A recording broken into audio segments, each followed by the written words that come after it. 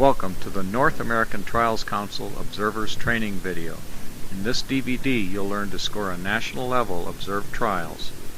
Watch closely. In the following scene you'll note that the observer starts the rider by calling "Rider," blows the whistle as his front axle goes through the gate, and the scoring begins.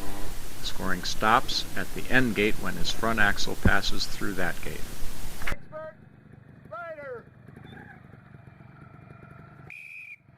Note that the observer called out the rider's class and blew the whistle loudly to start the 1.5 minute time limit.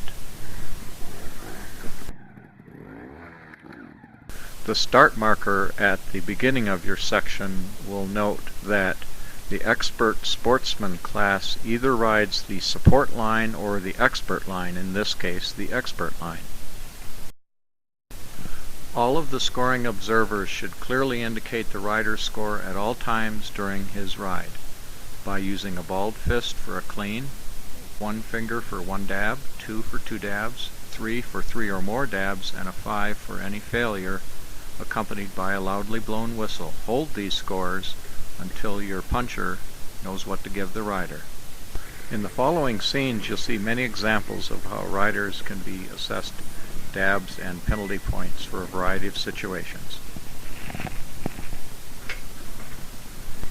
Penalty points are defined in Section 6 of our rules, scoring, where fault definitions for footing is any contact providing support between any part of the rider's body or machine, with the exception of the tires, foot pegs, or skid plate, with the ground or an obstacle such as a tree or rock, etc. Footing can occur either inside or outside the boundary. Here the rider nearly goes through the gate of another class, so observer positioning so you can see the entire section is really important. Here the rider dabs outside the boundary for a 1. In this case the rider rests his handlebar against the rock, using it for support, to get a 1. When the rider dabs and uses this bar for support, that's scored as a 2. When the rider uses any part of his body, his hip, shoulder, knee, or head, or whatever, it's counted as a dab. Once the rider has his foot down, he can pivot on that foot and it still only counts as a 1. Whereas when a rider's foot clearly slides along the ground, it counts as a 3.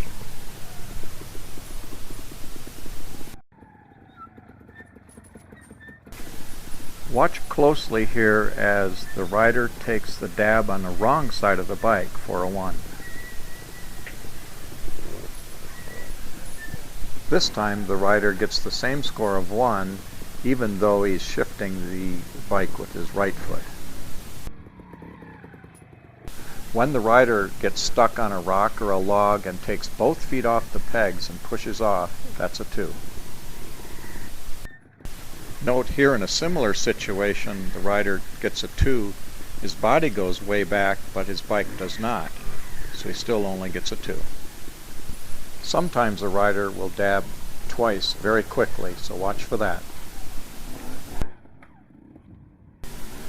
If a rider dismounts his bike to the rear or to the side, it's a 5.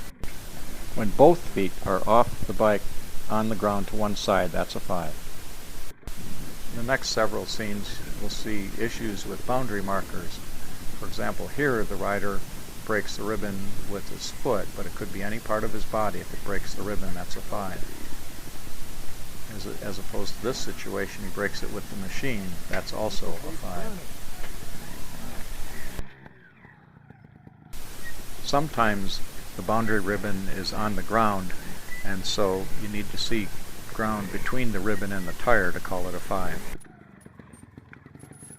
And the same is true here. The rear wheel clearly goes out for a 5. In this example, the rider clearly hops both wheels over the boundary ribbon, and that's a 5. If the machine or the rider displaces a marker, it's a 5. Here the bike displaces a marker for the 5. However, in this case, neither the rider nor the machine directly contacted the marker, so it is not a 5. When the rider hops directly backwards, better set up for an obstacle, that's a 5. Also, when he backs up with his wheels on the ground, it's a 5. The actual width of the section may be reduced by the use of gates, indicated by markers, with an S for support, E for expert, P for pro. Sometimes they'll have a double gate, either for the expert and support or expert and pro. The rider's front axle must go through the gate first, not the rear axle. A rider can only go through his gates. Here he goes through 2 sets of gates, so he gets a 5. When a rider's axle goes through another rider's gate, either way, it's a 5, so this is a 5. The same is true for the rider's rear axle. If it goes through another rider's gate, either way, it's a 5.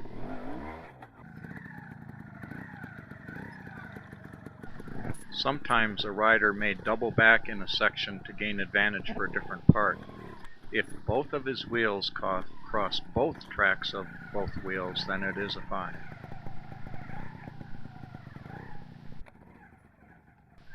When the rider's bar touches the ground over 45 degrees from vertical, that's a 5. When the rider stops and puts his foot down and takes his hand off the handlebar, that's a 5. Minders are allowed in the section with the permission of the observers only. They are not allowed to change the section in any way. Here, placing the rock gets the rider a 5.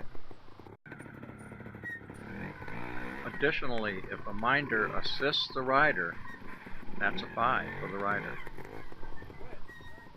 When the engine stops while footing or while any other part of the machine except for the tires is used for support without forward motion, that's a 5. When the rider stalls his bike in the section but maintains forward motion or balances on his tires and restarts, he's only counted for the 1 dab he took.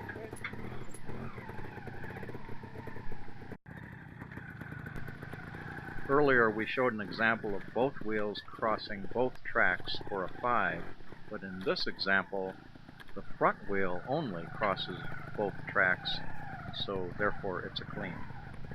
Note that if a rider maintains forward motion even while footing and takes his hand off the bar, it's still only a 1.